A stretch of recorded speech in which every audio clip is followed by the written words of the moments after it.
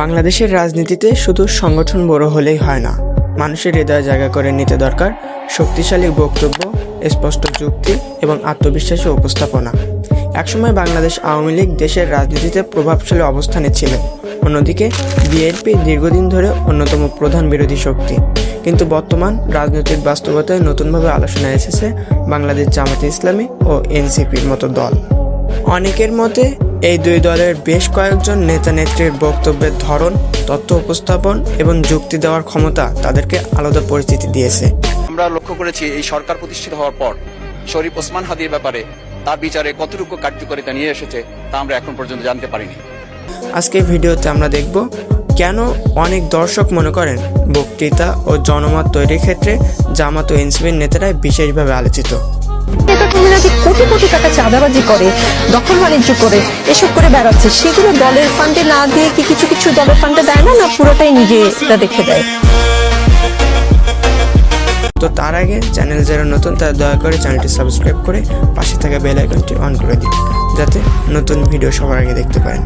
NCP আমাদের দল, আমাদের হিরোরা যারা যুদ্ধ করেছেন, যারা এখানে আছেন, তাদেরকে বলে দিই, আপনারা জেনজিকে রিপ্রেজেন্ট করেন, জামাত জেনারেশন হয়ে যান না।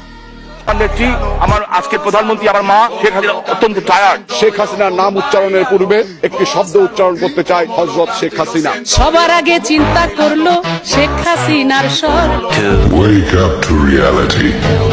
নসল্লি আলা রাসূলিল কারীম। আউযু বিল্লাহি মিনাশ শাইতানির রাজীম। বিসমিল্লাহির রহমানির রহিম। মহান রব্বুল আলামিনের দরবারে আমরা কামনা করি সর্বপ্রথম মহান আল্লাহ তাআলার শুকরিয়া আদায় করছি। আলহামদুলিল্লাহি রাব্বিল আলামিন। ওয়াসসালাতু ওয়াসসালামু আলা সাইয়্যিদিল মুরসালিন ওয়া আলা আলিহি ওয়া সাহবিহি আজমাইন।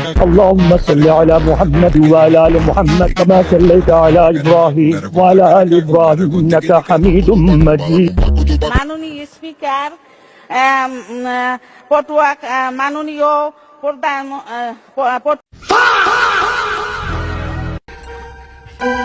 এ তো fail. Wake up to reality. আরো ধন্যবাদ Nothing ever. আমাকে মনোনয়ন না দেবার জন্য। আমাকে মনোনয়ন না দেওয়ার কারণেই আমি বুঝতে পেরেছি বাংলাদেশের টেকক্ষ মানুষের ভালোবাসা, দোয়া, সহযোগিতা আমার পাশে ছিল।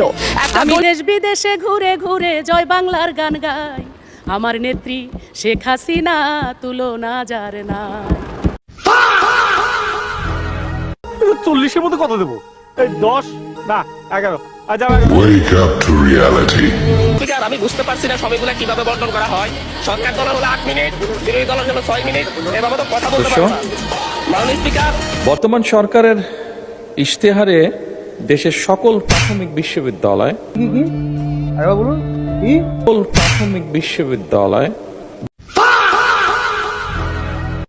তুমিও ফেল।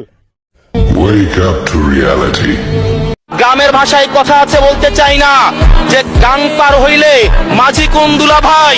ওয়ালা তালবিসুল হক বিল বাতিলি ওয়া তাকমুতুল হক ওয়া আনতুম তাআলামুন। তুমিও ফেল।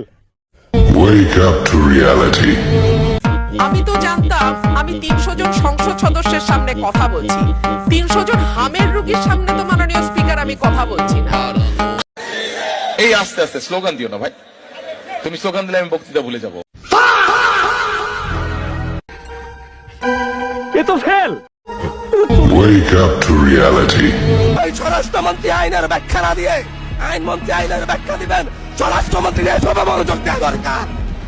আমরা যদি আজকে যদি আমরা এই ভাই দাঁড়াও না।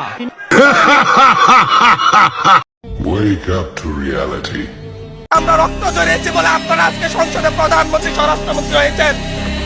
সবাই মিলে করব কাজ, সবাই মিলে করব কাজ, ধর্মমদের বাংলাদেশ। যদি এই সংবিধানকে বাইবেল ধরে নেই, এই সংবিধানকে যদি গসপেল ধরে নেই, তাহলে মাননীয় স্পিকার সেদিন বেগম জিয়া জেল থেকে বের হতে পারেন না। মাননীয় স্পিকার, অবিলম্বে উত্থাপিত আকারে বিবেচনা করা হোক। Wake up to reality. জেনজির প্রতিনিধি হয়ে আমি সংসদে কথা বলতাম। জেনজিরা 72-এর সংবিধান আর চাই না। নেক্সট। উই ওয়ান্ট জাস্টিস কিংবা দেশটা কারো বাপের না। তুমি কে আমি কে বিকল্প বিকল্প। আসছে ফাগুন আমরা হব দ্বিগুণ। ষোড় মহাজন আমরা অনেকজন। নাটক রাতে আটক, নাটক কম করো প্রিয়, হামাক ব্যাটাক মারলু কেন। রাজনীতিতে শেষ কথা বলে জনগণ। কোন দল বড় কোন দল পুরনো তা গুরুত্বপূর্ণ হলেও মানুষের কাছে নিজের ভাবনা স্পষ্টভাবে তুলে ধরার ক্ষমতা আজকের যুগেও অত্যন্ত গুরুত্বপূর্ণ। আপনার মতে বাংলাদেশের বর্তমানে রাজনীতিতে সবচেয়ে শক্তিশালী বক্তা কোন দলের? কমেন্টে আপনার মতামত জানান। ভিডিওটি ভালো লাগলে লাইক দিন এবং শেয়ার করুন আর সাবস্ক্রাইব করতে ভুলবেন না।